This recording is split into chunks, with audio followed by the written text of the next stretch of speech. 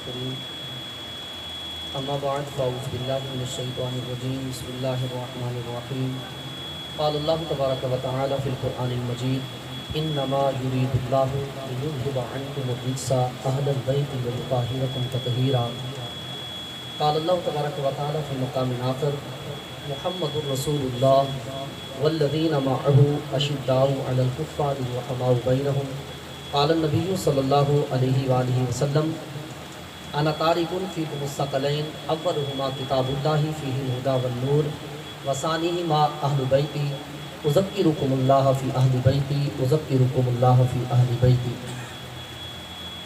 صدق الله العظيم وصدق رسولنا نبي الكريم الأمين ونحن على ذلك لمن الشاهدين ومن الشاكرين والحمد لله رب العالمين قال الله تبارك وتعالى في مقام آخر في شان حبيبه ومحبوبه ومقصوده ومطلوبه مخبرا وعامرا إن الله وملائكته يصلون على النبي یا ایھا الذین آمنوا صلوا علیہ وسلموا تسلیما. کوئی زبان خاموش نہ رہے، بآواز بلند پڑھیے اللہم صلی علی ومولانا محمد عدد ما فی علم اللہ صلاۃ دائمۃ بدوام ملک اللہ. اڑتے پرندے صبح صبح لے کے ہری گل کی بو کر رہے تھے یوں گفتگو بلغ العلا بکمالہ. روشنی سے بھری تھی فضا جہاں تک بھی اٹھی تھی نگاہ. آ رہی تھی یوں صدا کشفت دجا بجمالہ. بلبلیں بھی شوق میں ڈالے ہوئے گل توق میں کہتی تھی اپنے ذوق میں حسنت جمی و خصالہ. چڑیوں کی سن کے چہچہے انسان بھلا کیوں چپ رہے، لازم ہے اس پہ یوں کہے صلو علیہ وآلہ. ایک بار پھر ذرا چوم کر درود پاک کا نذرانہ پیش کیجئے. مولا یصلی وسلم دائما ابدا علی حبیبک خیر الخلق کلہم منزہ عن شریک فی محاسنہ فجوہر الحسن فیہ غیر منقسم. مولا یصلی وسلم دائما ابدا علی حبیبک خیر الخلق کلہم. حمد و صلاۃ کے بعد نہایت ہی معزز و مکرم دوست احباب اسلامی بھائی جو تشریف لائے، السلام علیکم ورحمۃ اللہ وبرکاتہ. آج ہم بہت ہی بابرکت اور پر رونق باذوق محفل کے اندر شامل ہیں. یہ محفل عام نہیں بلکہ ایک ایسی خوشی کے موقع پر محفل سجائی گئی ہے. وہ خوشی بھی عام نہیں بلکہ ایک بچے نے اللہ رب العالمین کی کتاب لا ریب قرآن مجید فرقان حمید کو اپنے سینے کے اندر جمع کیا. اس خوشی کے اندر یقیناً یہ بڑی سعادت کی بات ہے. احیاء العلوم کے اندر امام غزالی رحمۃ اللہ تعالی علیہ نے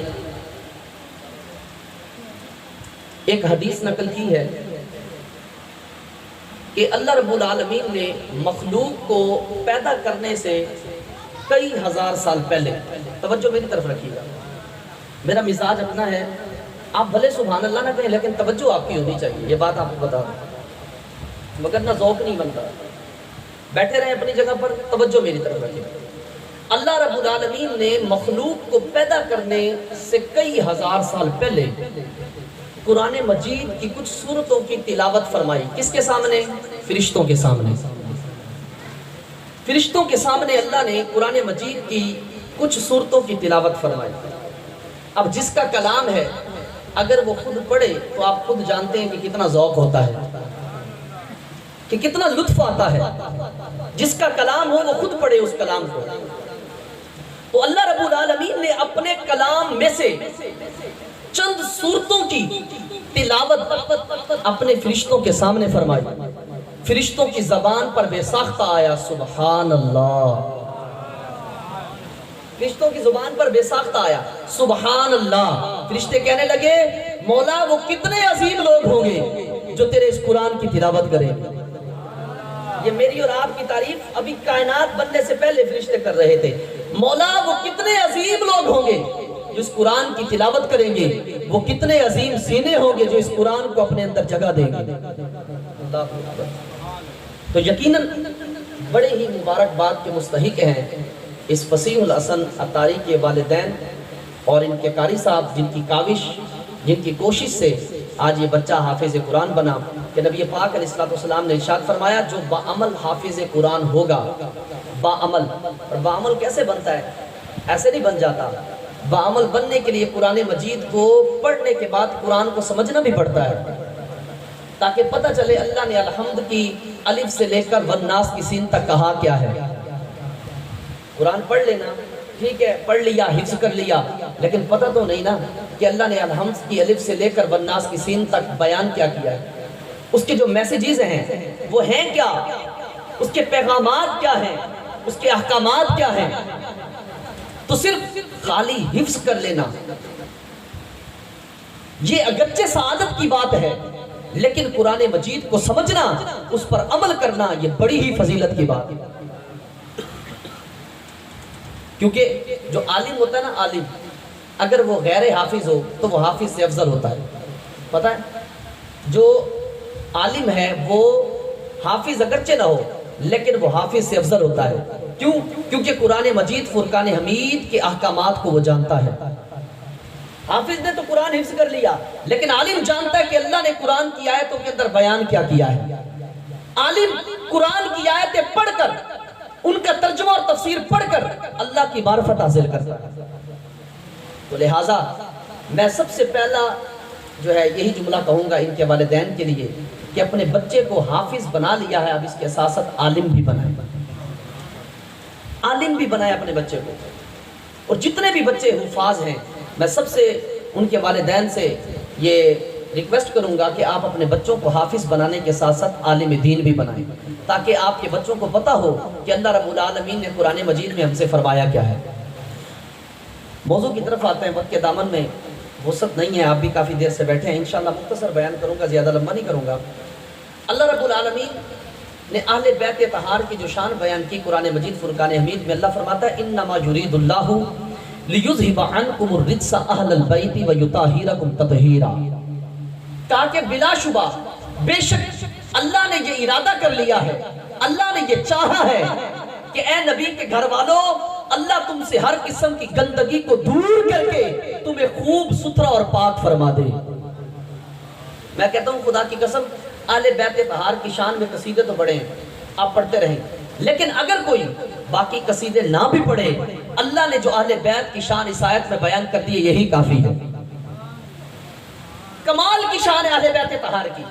اللہ فرماتا ہے کہ اللہ نے ارادہ کر لیا ہے، اللہ کی یہ چاہت ہے کہ اے نبی کے گھر والوں، اللہ تم سے ہر قسم کی گندگی کو دور کر کے تمہیں خوب ستھرا اور پاکیزہ فرما دے۔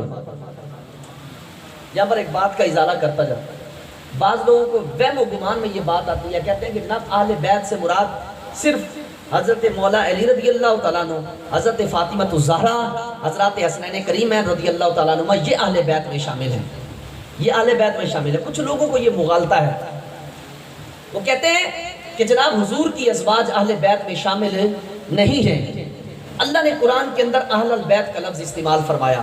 آؤ ہم قرآن کی طرف ہی رجوع کرتے ہیں، توجہ میری طرف رکھیے گا، ہم قرآن کی طرف ہی رجوع کرتے ہیں، ہم قرآن سے پوچھتے ہیں قرآن تو بتا کہ کہیں پر کسی نبی کی بیوی کے لیے اللہ نے اہل البیت کا لفظ استعمال فرمایا ہے؟ اگر تو اللہ نے دیگر انبیاء کی ازواج کے لیے بھی اہل البیت کا لفظ استعمال کیا ہے تو پھر اس آیت کے اندر اہل البیت سے پھر حضور کی ازواج بھی مراد ہو، وہ بھی شامل ہوں گے۔ آئیے قرآن کی طرف جاتے ہیں۔ اللہ رب العالمین نے ایک مقام پہ ارشاد فرمایا، حضرت سارہ رضی اللہ تعالیٰ عنہ حضرت ابراہیم کی پہلی بیوی ہے، حضرت سارہ حضرت ابراہیم کی پہلی بیوی۔ اللہ فرماتا ہے قالوا اتعجبین من امر اللہ رحمت اللہ وبرکاتہ اہل البیت۔ اللہ نے قرآن میں فرمایا، یہ کوئی مفسر اٹھ کر بتا دے، کوئی مفسر بیان کر دے کہ اہل البیت سے مراد کون ہے؟ اہل البیت سے مراد حضرت ابراہیم کی بیوی حضرت سارہ ہے۔ قرآن کی دوسری آیت کی طرف چلیے، حضرت موسیٰ علیہ السلام کی زوجہ کا نام حضرت صفورہ ہے۔ قرآن کہتا ہے قال لأہلہ، ملا کے قال لأہلہم قصوا انی آنست نارا۔ اب اس آیت کے اندر قرآن نے اہل کا لفظ استعمال کیا، مفسرین کو اٹھا کر دیکھیے، مفسر کہتے ہیں اس اہل سے مراد حضرت موسیٰ علیہ السلام کی زوجہ حضرت صفورہ ہے۔ آئیے اور آیت کی طرف آئیے، اللہ قرآن میں بیان کرتا ہے، فرمایا وَإِذْ غَدَوْتَ مِنْ أَهْلِكَ تُبَوِّئُ الْمُؤْمِنِينَ مَقَاعِدَ لِلْقِتَالِ۔ اللہ فرماتا ہے کہ محبوب جب آپ صبح اپنے اہل سے چلے، اہل کا لفظ استعمال کیا اللہ نے یہاں پر۔ اب کوئی مکتبہ فکر کا مفسر، کوئی مکتبہ فکر کا ملا اٹھ کر بتا دے، وہ بتائے آل سے مراد کس کو لیا ہے؟ آل سے مراد کیا ہے؟ حضور جس آل سے چلے تھے وہ کون تھے؟ تو ہر ایک کہنے پر یہ مجبور ہوگا، حضور جب صبح جہاد کے لیے جس کے پاس سے چلے تھے وہ حضور کی پیاری زوجہ حضرت عائشہ رضی اللہ تعالیٰ عنہ ہے۔ میں کہتا ہوں خدا کی قسم، جب قرآن کی آیتیں اہل البیت اور اہل سے مراد بتا رہی ہیں کہ انبیاء کی ازواج مراد ہو سکتی ہے، میں کہتا ہوں جب دیگر آیتوں کے اندر اہل سے مراد یا اہل البیت سے مراد انبیاء کی ازواج ہو سکتی ہے تو انما یرید اللہ لیذھب عنکم الرجس، اہل البیت میں بھی اہل البیت سے مراد حضور کی ساری ازواج شامل، یہاں پر بھی حضور کی ساری ازواج شامل ہیں۔ اور اللہ نے فرما دیا کہ محبوب اللہ نے آپ کے اہل بیت کو، آپ کی تمام ازواج کو بھی تمام نجس چیزوں سے، تمام رذائل سے پاک کر کے خوب ستھرا اور پاکیزہ فرما دیا۔ حضور کی ازواج ہیں۔ کچھ لوگوں نے تو نبی علیہ السلام کے صحابہ کو کیا، حضور کی زوجہ کو بھی نہیں چھوڑا۔ ایسے بدبخت لوگ ہمارے معاشرے کے اندر پائے جاتے ہیں۔ اللہ حضور کے ازواج کو بھی نہیں چھوڑا۔ یار جو امہات المؤمنین ہیں، بتائیں یہ دیندار لوگ ہوتے ہیں، یہ دین کے نام پر تماشا کرتے ہیں، یہ دین کے نام پر فساد کرتے ہیں، یہ دین میں بھی فساد کرتے ہیں اور ہمارے ملک پاکستان کی پرامن فضا کو خراب کرنے کی کوشش کرتے ہیں۔ حضور کی تمام ازواج جنتی ہیں، حضور کی تمام ازواج اہل بیت کے اندر شامل ہیں، اور حضور کی وہ زوجہ حضرت عائشہ الصدیقہ رضی اللہ تعالیٰ عنہا جن کے بارے میں اللہ رب العالمین نے، جن کی صفائی، جن کی پاک دامنی، جن کی طہارت، اللہ رب العالمین نے جن کی پاکیزگی کے لیے سورہ نور کی 18 آیتیں نازل کر دی، وہ حضرت عائشہ جن کی پاک دامنی کو، جن کی طہارت کو خدا بیان کرے۔ بتاؤ اس عائشہ الصدیقہ رضی اللہ تعالیٰ عنہ کی عظمت کیا ہوگی یار؟ 18 آیتیں جن کی پاک دامنی کے لیے خدا نے بیان کی، وہ عائشہ صدیقہ رضی اللہ تعالیٰ عنہ۔ اور حضور فرمایا کرتے تھے کہ عائشہ کے بارے میں مجھے تکلیف نہ دیا کرو، عائشہ کے بارے میں مجھے تکلیف نہ دیا کرو۔ حضور حضرت عائشہ الصدیقہ رضی اللہ تعالیٰ عنہ سے اتنی محبت کرتے تھے، حتیٰ کہ جب حضور علیہ السلام کا وصال ہوتا ہے، حضور اپنے خالق کے حقیقی سے ملتے ہیں، تو اس وقت حضور کا سر انور حضرت عائشہ رضی اللہ تعالیٰ عنہ کی گود میں ہوتا ہے۔ اس قدر محبت حضور کو حضرت عائشہ الصدیقہ رضی اللہ تعالیٰ عنہ سے۔ کوئی اٹھ کر کبھی کچھ کہہ دیتا ہے، کبھی کچھ کہہ دیتا ہے، کبھی کسی صحابی کے بارے میں زبان تراشی کر رہا ہے۔ میرے نبی پاک علیہ السلام نے فرمایا تھا وَإِذَا رَأَيْتُمُ الَّذِينَ يَسُبُّونَ صَحَابِي لَعْنَةُ اللَّهِ عَلَى شَرِّكُمْ، حضور فرماتے ہیں جب تم ایسے لوگوں کو دیکھو جو میرے صحابہ کو گالیاں دیتے ہیں، حضور فرماتے ہیں تم کہو کہ تمہارے شر پر خدا کی لعنت ہو۔ جو حضور کے صحابہ کو گالیاں دیں، یا جن پر دین کی بنیاد ہے، جن پر دین کی بنیاد ہے، جو ان کو گالیاں دیں، بتاؤ وہ دائرہ اسلام میں رہنے کے قابل ہیں؟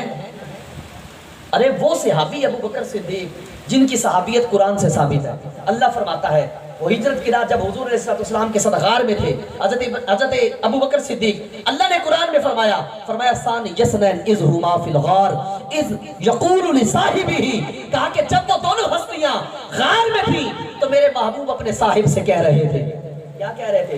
لا تحزن ان اللہ معنا، ابو بکر گھبرانا نہیں، اللہ ہمارے ساتھ ہے۔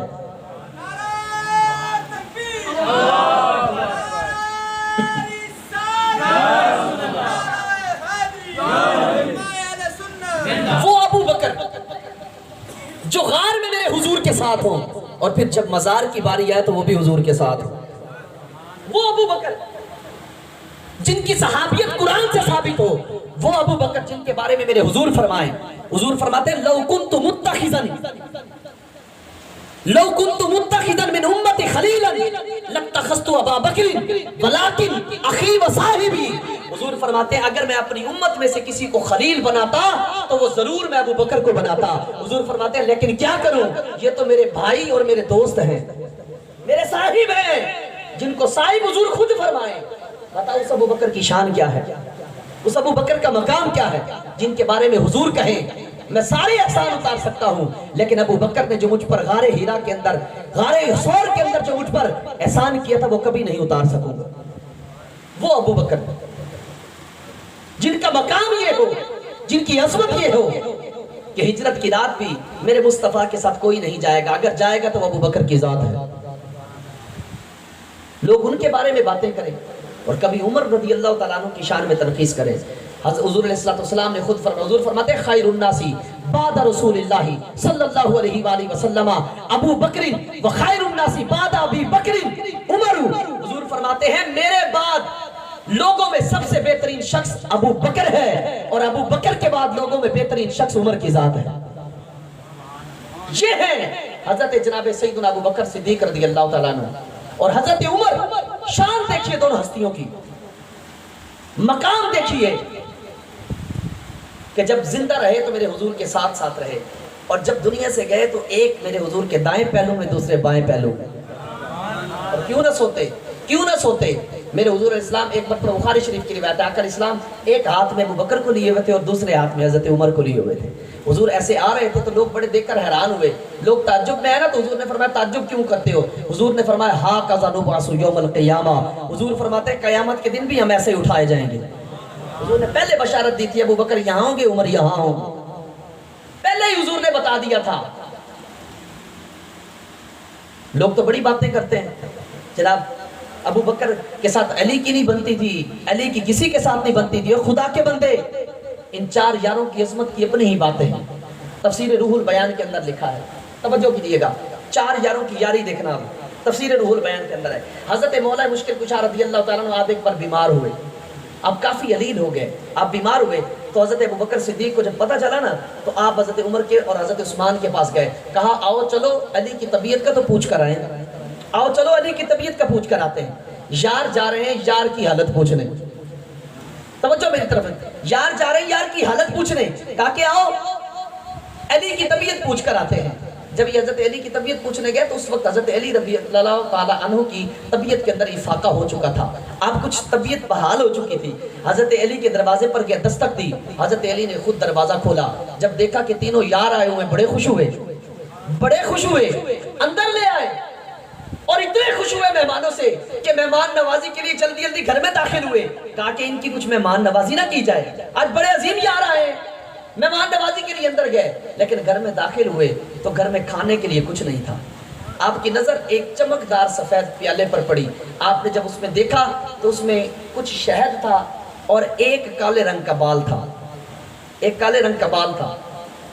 تو حضرت ابو بکر صدیق, حضرت مولا مشکل کشا رضی اللہ تعالیٰ عنہ نے جب دیکھا کہ اور تو کچھ نہیں ہے, گھر کے اندر ایک پیالہ ہے, چمکدار ہے, اس کے اندر تھوڑا سا شہد ہے اور اس کے اندر بھی بال ہے, آپ نے وہی اٹھایا اور یاروں کے سامنے آ کر رکھ دیا.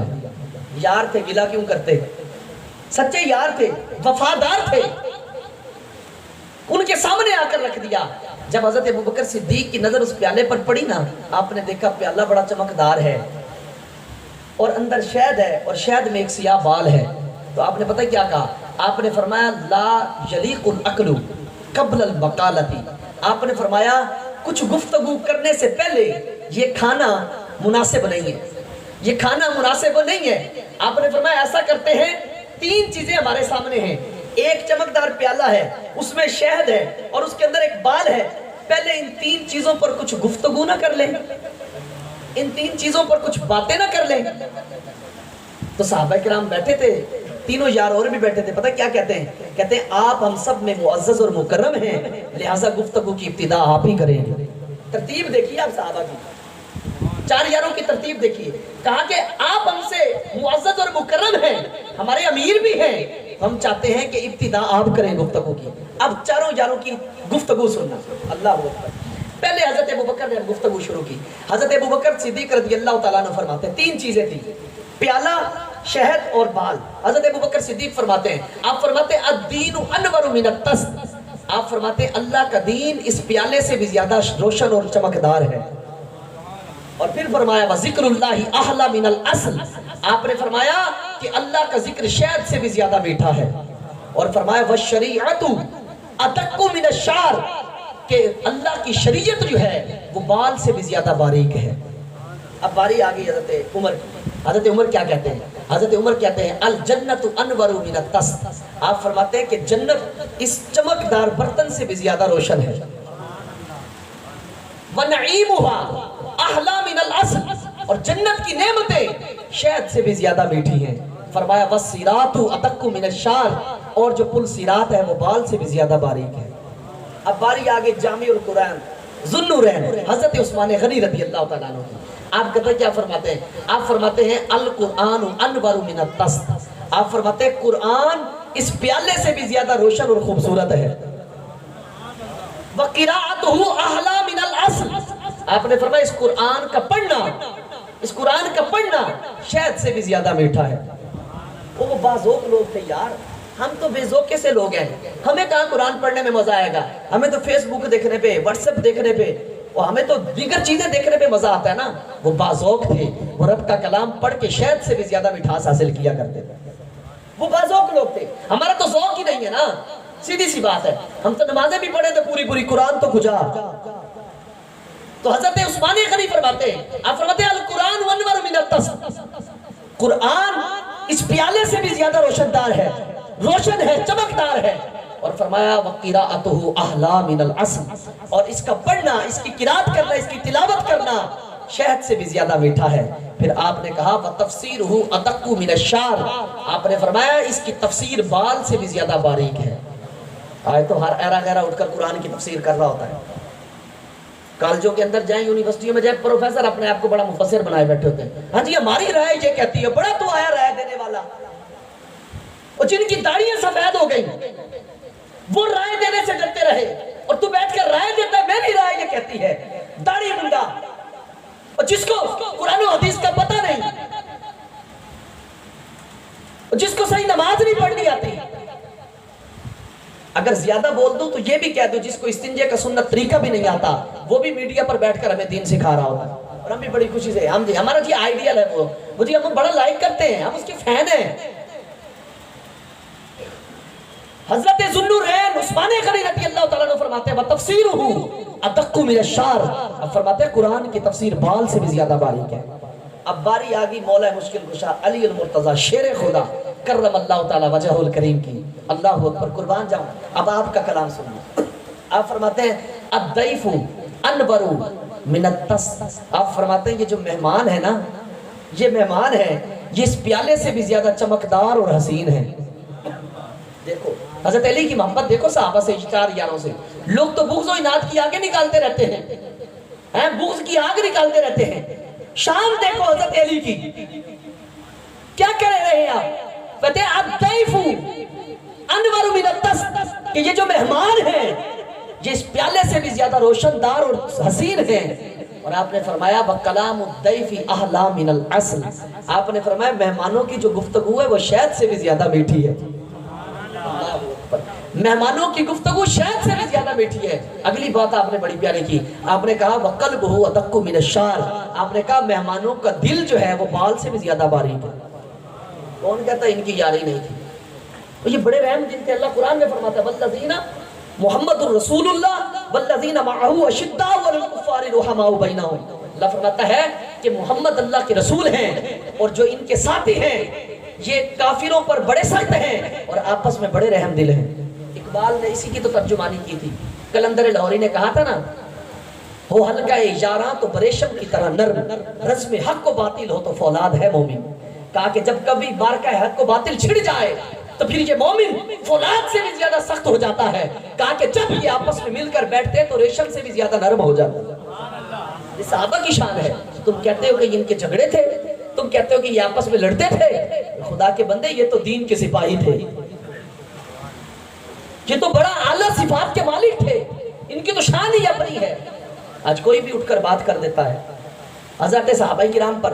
کوئی اٹھ کر ابو بکر کی شان میں تنقید کر رہا ہے، کوئی حضرت عائشہ کی، کوئی حضرت امیر معاویہ کی، کوئی حضرت ابو سفیان کی. بات یاد رکھیے گا، نبی پاک علیہ السلام کی ایک حدیث پاک ہے. یہ حدیث سننے سے پہلے کچھ باتیں اپنے ذہن میں بٹھانا. نبی پاک علیہ السلام کا حضرت ابو سفیان کے ساتھ کیا رشتہ ہے؟ حضرت ام حبیبہ رضی اللہ تعالیٰ عنہ حضرت ابو سفیان کی بیٹی ہیں، اور حضرت امیر معاویہ حضرت ابو سفیان کے بیٹے ہیں. حضرت امیر معاویہ کاتب وحی ہیں، انہوں نے وحی حضور اسلام کی وحی لکھا کرتے. حضور کے 4 کاتب تھے جن میں سے ایک حضرت امیر معاویہ بھی ہیں. یہ بھی وحی لکھا کرتے تھے. حضرت ام حبیبہ کے بھائی ہیں، حضور کے سالہ ہوئے رشتے میں. تبھی تو مولانا روم رحمت اللہ علیہ نے مثنوی شریف کے اندر لکھا کہ امیر معاویہ پوری امت کے ماموں ہیں، پوری امت کے ماموں ہیں. اور حضرت ابو سفیان رشتے میں حضور کے سسر لگے. بات حضرت عائشہ کون ہے؟ حضرت ابوبکر صدیق کی بیٹی ہے. حضرت ابوبکر صدیق کی بیٹی ہے اور حضرت عائشہ کا نکاح حضور سے ہوا. تو رشتے کے اندر حضرت ابوبکر صدیق حضور کے سسر لگے, حضور کے سسرالی رشتہ دار ہوئے. ایسے نا حضرت امیر معاویہ حضرت ابو سفیان بھی حضور کے سسرالی رشتہ دار. ادھر سے حضرت ابو بکر صدیق بھی حضور کے سسرالی رشتہ دار. یہ سببی رشتہ ہو گیا آپس میں. کیا ہو گیا؟ سببی رشتہ ہو گیا آپس میں. اب حضور کی حدیث میں نبی پاک علیہ السلام فرماتے ہیں کلو سبب و نسب ینقطع یوم القیامت الا سببی و نسبی. یہ شان بتا رہا ہوں صحابہ کی, یہ جو عظیم صحابی ہیں. حضور فرماتے ہیں قیامت کے دن سارے رشتہ داروں کی رشتہ داریاں ختم ہو جائیں گی. وہ ان کے سببی رشتہ دار تھے یا نسبی رشتہ دار تھے. حضور فرماتے ہیں سب کی رشتہ داریاں ختم ہو جائیں گی, لیکن مجھ محبت مصطفیٰ کا سارے کا سارا رشتہ قیامت کے دن بھی سلامت اور باقی رہے گا. حضور کی قیامت کے دن بھی رشتے باقی رہیں گے. حضور کا ابو بکر کے ساتھ دنیا میں رشتہ قیامت کے دن بھی باقی رہے گا. حضور کا حضرت امیر معاویہ کے ساتھ دنیا میں رشتہ قیامت کے دن بھی باقی رہے گا. حضرت امیر معاویہ کے ساتھ رشتہ قیامت کے دن باقی رہے گا. حضرت ابو سفیان کے ساتھ رشتہ قیامت کے دن بھی باقی رہے گا. لوگ تو بڑی باتیں کرتے ہیں, ان کو بتاؤ نا یار, یہ لوگ دیندار نہیں ہیں, یہ دین کے نام پر تماشا کرتے ہیں. میرے اور آپ کے سچے اور سچے دین کے اندر فساد برپا کرتے ہیں. ہمارے ملک کے پاکستان جو خدا داد سلطنت ہے, اس کی فضا کو آلودہ کرنے کی کوشش کرتے ہیں. ایسا ہرگز نہیں ہوگا, ایسا ہرگز نہیں ہوگا. بات اپنے ذہنوں میں, بات تو یہاں بھی نہیں ختم ہوتی یار. حیرت کی بات ہے, اب تو لوگ ایسے بھی آگے جو یزید کو بھی رحمت اللہ علیہ کہتے ہیں. منبر پر بیٹھ کر خطبے کے اندر یزید کو رحمت اللہ علیہ کہا جا رہا ہے. سوال کیے جا رہے ہیں جی یزید کو کیا کہنا چاہیے؟ جی رحمت اللہ علیہ کہتے ہیں کہ جی صرف رحمت اللہ علیہ, حضرت رحمت اللہ علیہ کہو. نعوذ باللہ من ذالک. جو میرے حضور کے نواسے جگر پاروں کو بھوکا پیاسا رکھ کے ان کی گردن پہ خنجر چلائے, بتاؤ وہ رحمت اللہ علیہ ہوگا؟ وہ تو لانتی ہے, وہ تو پلید ہے. اچھا جو کہتے ہیں نا رحمت اللہ علیہ, وہ ایک دلیل بھی دیتے ہیں. یہ نوجوان یہاں پر بیٹھے ہیں, آپ فیس بک پہ بڑے آج کل واٹس ایپ یہ وہ سوشل میڈیا پر بڑے ایکٹیو رہتے ہیں. بات دھیان سے سنیے گا, کبھی کسی کے چنگل میں نہیں آنا, بات دھیان سے سننا. نبی پاک علیہ السلام کی حدیث پاک ہے, بخاری شریف کی روایت ہے, جس کو یہ دلیل بناتے ہیں. آقا علیہ السلام کا فرمان ہے, آقا علیہ السلام فرماتے ہیں اول جیش من امتی یغزون مدینہ کیسرا مغفور لہم. آقا علیہ السلام فرماتے ہیں کہ میری امت کا جو پہلا لشکر قسطنطنیہ پر حملہ کرے گا, حضور فرماتے ہیں اللہ ان کی مغفرت فرما دے گا. میری امت کا جو پہلا لشکر قسطنطنیہ پر حملہ کرے گا, یہ حدیث قسطنطنیہ کے نام سے بڑی مشہور ہے, اس پر کتابیں لکھی گئی ہیں باقاعدہ بڑے دلائل کے ساتھ. کہا کہ میری امت کا جو پہلا لشکر قسطنطنیہ پر حملہ کرے گا, حضور فرماتے ہیں مغفور لہم, اللہ ان کی مغفرت فرما دے گا, وہ بخشے ہوئے ہیں. اب لوگ کہتے ہیں کہ جناب جو قسطنطنیہ پر سب سے پہلا حملہ کیا تھا وہ یزید نے کیا تھا, لہذا یزید تو رحمت اللہ علیہ ہوا, یزید تو بخشا ہوا کیونکہ حضور نے بشارت دے دی, بخشا ہوا ہے. وہ اس کو دلیل بناتے ہیں. آئیے ہم تو تھوڑا سا تاریخ کی طرف جاتے ہیں کہ کس نے پہلا حملہ کیا قسطنطنیہ پر. یہ بات سمجھنے کی ہے. کامل ابن اسیر کے اندر, کتابوں کے حوالے سنیں, کامل ابن اسیر کے اندر یہ ریکارڈنگ بھی چل رہی ہے, یہ میری بھی ریکارڈنگ چل رہی ہے, ادھر میرے اپنے پیج پر بھی آئیں گے یہ کلپ بن کر. کامل ابن اسیر کے اندر لکھا گیا, نمبر 2 البدایہ والنہایہ کے اندر لکھا گیا, اصابہ کے اندر لکھا گیا, بخاری شریف کی شرح کے اندر علامہ عینی رحمت اللہ علیہ نے لکھا کہ یزید نے جو قسطنطنیہ پر حملہ کیا, یا تو وہ 49 سن ہجری میں کیا, ان سب نے لکھا ہے, یا تو 49 میں کیا, یا 50 میں کیا, یا 52 میں کیا, یا 55 ہجری میں کیا. یہ 4 قول ذکر کیے گئے, 49, 50, 52 اور 55, یہ 4 ذکر کیے گئے. کہتے ہیں ان چاروں میں سے کسی ایک ہجری کے اندر اس نے جا کر جو ہے حملہ کیا قسطنطنیہ پر. آئیے اب دوسری حدیث کی طرف آئیے. ابن ماجہ کی حدیث ہے, ابو داؤد کی حدیث ہے, یہ سیاستہ کی کتاب ہے ابو داؤد شریف. ابو داؤد کی حدیث پاک کی طرف آئیے. اس حدیث کے راوی ہیں حضرت ابو عمران اسلم رضی اللہ تعالیٰ عنہ. آپ بیان کرتے ہیں, آپ فرماتے ہیں قال, آپ نے فرمایا غزونا من المدینہ نرید القسطنطنیہ وعلی الجماعت عبد الرحمن ابن خالد ابن ولید رضی اللہ تعالی عنہما، آپ رضی اللہ تعالیٰ عنہ فرماتے ہیں کہ ہم نے مدینہ سے قسطنطنیہ پر حملہ کیا، مدینہ سے قسطنطنیہ پر حملہ کیا، اور اس وقت ہمارے اس قیادت جو کرنے والے تھے، ہمارے اس لشکر کے جو سپہ سالار تھے، وہ حضرت خالد بن ولید رضی اللہ تعالیٰ عنہ کے صاحبزادے حضرت عبد الرحمن بن خالد، حضرت عبد الرحمن بن خالد تھے۔ کہا کہ جب ہم نے قسطنطنیہ پر حملہ کیا، اب آئیے کہ انہوں نے کب قسطنطنیہ پر حملہ کیا؟ ادھر یزید نے بھی تو قسطنطنیہ پر حملہ کیا، انہوں نے بھی کیا، اور یزید کی تاریخ 49 50 52 55 یہ ہے، ان میں سے کسی ایک نے جا کر کسی ایک تاریخ میں اس نے حملہ کیا، تو یہ بھی تو حملہ کر رہے ہیں، انہوں نے کب حملہ کیا؟ آئیے ان کی بھی تاریخ دیکھتے ہیں۔ اب حوالے سنیے گا، کامل ابن اسیر کے اندر ہے، بدایہ و نہایہ کے اندر ہے، اسد الغابہ کے اندر ہے، یہ کتابیں ہیں، ان کتابوں کے اندر موجود ہے، بات توجہ سے سنیے گا، ان کتابوں کے اندر موجود ہے کہ حضرت عبد الرحمن بن خالد بن ولید رضی اللہ تعالیٰ عنہ کی جو وفات ہے وہ یا تو 46 سنہ ہجری میں ہے یا 47 سنہ ہجری میں ہے۔ بات سمجھیے گا ذرا، یزید کا حملہ یا تو 49 میں یا 50 میں یا 52 میں یا 55 میں، 4 تاریخوں میں سے ایک ہے، کوئی بھی لے لیں آپ، 49 لیں 50 لیں 52 لیں 55 لیں، کسی ایک ہے ان میں سے، ٹھیک ہے، کوئی بھی لے لیں آپ۔ لیکن حضرت عبد الرحمن بن خالد بن ولید رضی اللہ تعالیٰ عنہ آپ کی جو وفات ہے یا تو 46 سنہ ہجری کی یا پھر 47 کی ہے، مورخین لکھ کر چلے گئے، کامل ابن اسیر نے بھی لکھا، البدایہ والنہایہ میں بھی لکھا گیا، اسد الغابہ میں بھی لکھا گیا، کہا کہ ان کی وفات یا تو 46 سنہ ہجری کی ہے یا پھر 47 سنہ ہجری کی ہے۔ اب آپ بتائیے کہ پہلا حملہ کس کا ہوا؟ پہلا حملہ کس کا ہوا؟ یزید کا ہوا یا خالد بن ولید کے صاحبزادے کا ہوا؟ اور بھائی جب یہ 46 یا 47 میں وفات پا رہے ہیں حضرت عبد الرحمن بن خالد بن ولید، تو ظاہر ہے مرنے سے پہلے انہوں نے، وفات سے پہلے انہوں نے حملہ کیا تھا نا قسطنطنیہ پر۔ جب یہ ثابت ہے تاریخ کی کتب سے کہ حضرت عبد الرحمن بن خالد بن ولید رضی اللہ تعالیٰ عنہ نے آپ نے پہلے حملہ کیا اور آپ کی وفات 46 یا 47 میں، یزید کا حملہ یا تو 49 میں یا 50 میں یا 52 میں یا 55 میں ہے، تو حضرت خالد بن ولید کے صاحبزادے کا حملہ اس سے پہلے ہے۔ جب ان کا حملہ پہلے ہے تو اول جیش من امتی یغزون مدینہ کیسرا مغفور لہم، اس حدیث کا مصداق یزید تو نہیں ہو سکتا، اگر کوئی ہے تو وہ حضور کے صحابی حضرت عبد الرحمن بن خالد بن ولید کی قیادت کے اندر حملہ کرنے والے سارے صحابی۔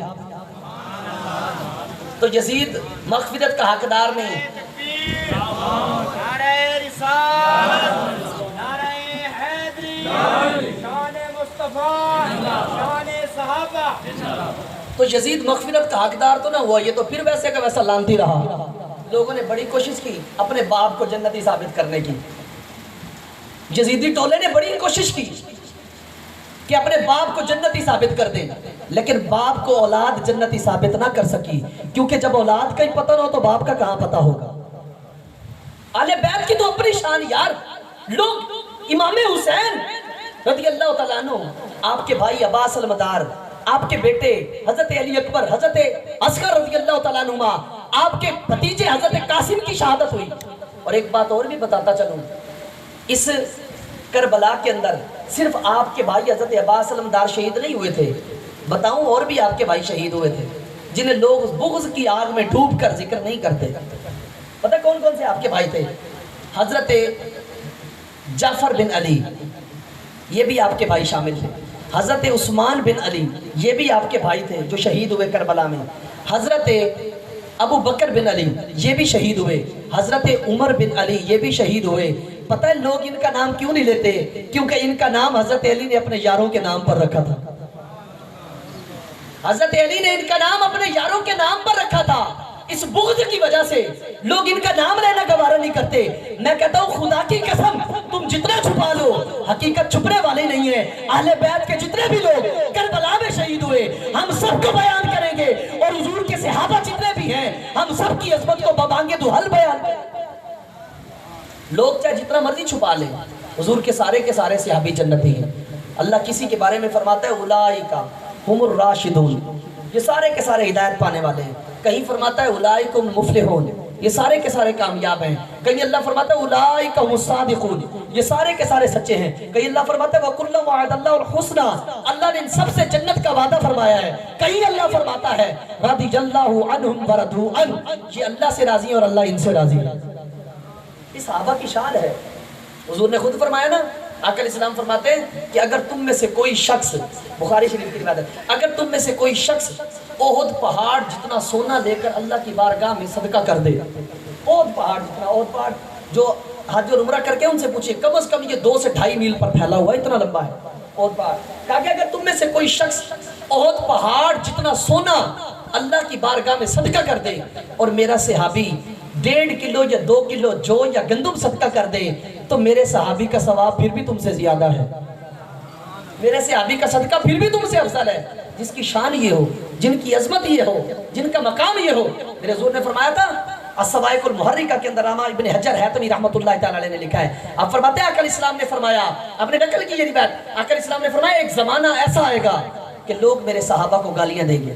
حضور نے پہلے فرما دیا تھا، فرمایا میرے صحابہ کو لوگ گالیاں دیں گے. حضور نے فرمایا نہ تو تم ان کے ساتھ کھانا کھانا، نہ ان کے جنازے پر جانا، نہ ان کے ساتھ نماز پڑھنا، اور اگر یہ بیمار ہو تو ان کی تیمارداری کے لیے بھی نہ جانا.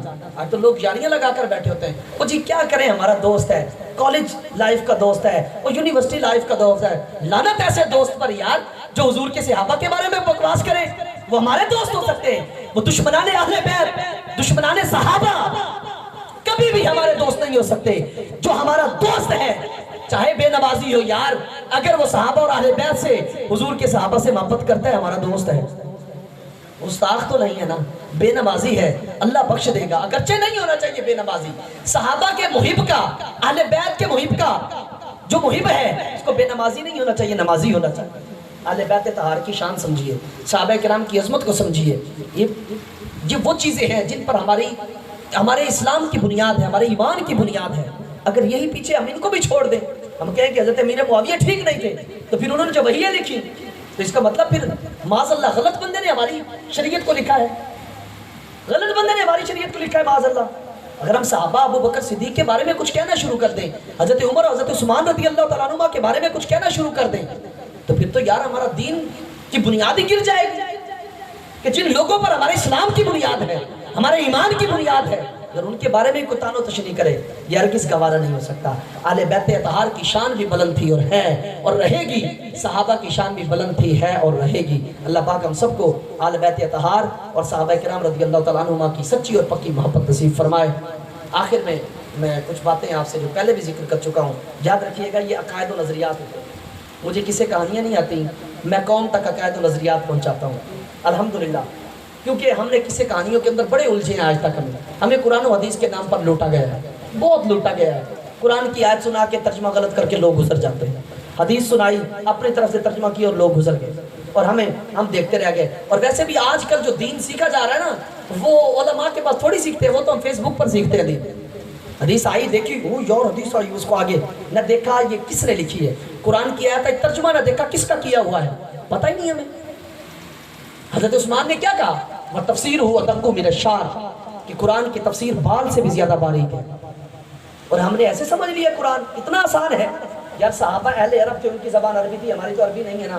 تو صحابہ کرام بھی بعض آیتوں کا مطلب پوچھنے کے لیے حضور کے پاس جاتے تھے، حضور اس کا مطلب کیا ہے، مطلب تو بتا دیں. جو اہل عرب تھے ان کو قرآن کی آیتوں کا مطلب نہ آیا، ہم اجمی ہو کر زیادہ عربیوں سے بڑھ گئے ہیں. تو مہربانی کیا کریں، سوچ بچار کیا کریں، اللہ نے عقل سلیم دی ہے. سوچیں کہ ہم کس کے بارے میں بات کر رہے ہیں. دعوت اسلامی کے ماحول سے وابستہ رہیں. یہ وہ تحریک ہے جو میں اہل بیت کی محبت بھی پلاتی ہے، صحابہ کی محبت بھی پلاتی ہے. یہ وہ تحریک ہے، اس تحریک سے اپنے دامن کو وابستہ کریں. یہ تحریک الحمدللہ عز و جل قرآن و حدیث کے مطابق چل کے ہماری تربیت کرتی ہے. اس تحریک کے ساتھ وابستہ رہیے اور اس تحریک میں اپنے بچوں کو داخل کروائیے. آپ کے بچے عاشق اہل بیت بنیں گے، عاشق صحابہ بنیں گے، عاشق انبیاء بنیں گے، عاشق اہل بیت بنیں گے اور عاشق اولیاء بنیں گے. جب ان کا عشق ہوگا، ان کی تعلیمات کیا ہے، والدین کا ادب کرو، ادب بھی کریں گے. لہٰذا آپ ان چیزوں کی احتیاط کیجیے دعوت اسلامی کے ماحول سے. اور الحمدللہ عز و جل جیسا کہ آپ کو پتہ ہے کہ دعوت اسلامی کا ایک شعبہ ہے عشر اطراف، جس کے آپ کے علاقے کے ڈویژن کے ذمہ دار جو ہیں ہمارے بھائی غلام عباس ستاری صاحب ہیں. تو عشر کے معاملات جو ہیں یاد رکھیے گا یہ بھی بڑے اہم ہوتے ہیں۔ اللہ نے قرآن مجید میں فرمایا وَآتُوا حَقَّهُ يَوْمَ حَصَادِهِ کہ تم کھیتی کا حق ادا کرو اس کے کٹنے کے دن، جب وہ کٹتی ہے اس وقت اس کا حق ادا کرو۔ تو ہمیں چاہیے کہ ہم اپنی فصلوں کا حق ادا کریں۔ یاد رکھیے گا جو بھی فصل زمین پر اگائی جاتی ہے منفعت کے لیے، نفع کے لیے، جو بھی فصل اگائی جاتی ہے اس پر عشر واجب ہے، عشر اس پر واجب ہے۔ یہ بات اپنے ذہن میں رکھیے گا۔ آپ نے چارہ اگایا اس پر بھی عشر واجب ہے، آپ نے گندم اگائی عشر واجب ہے، آپ نے مکئی اگائی عشر واجب ہے، گنے کی فصل کی عشر واجب ہے، دھان کی فصل کی عشر واجب ہے، آپ نے کوئی بھی فصل کی یاد رکھیے گا اس پر عشر آپ کو دینا واجب ہے۔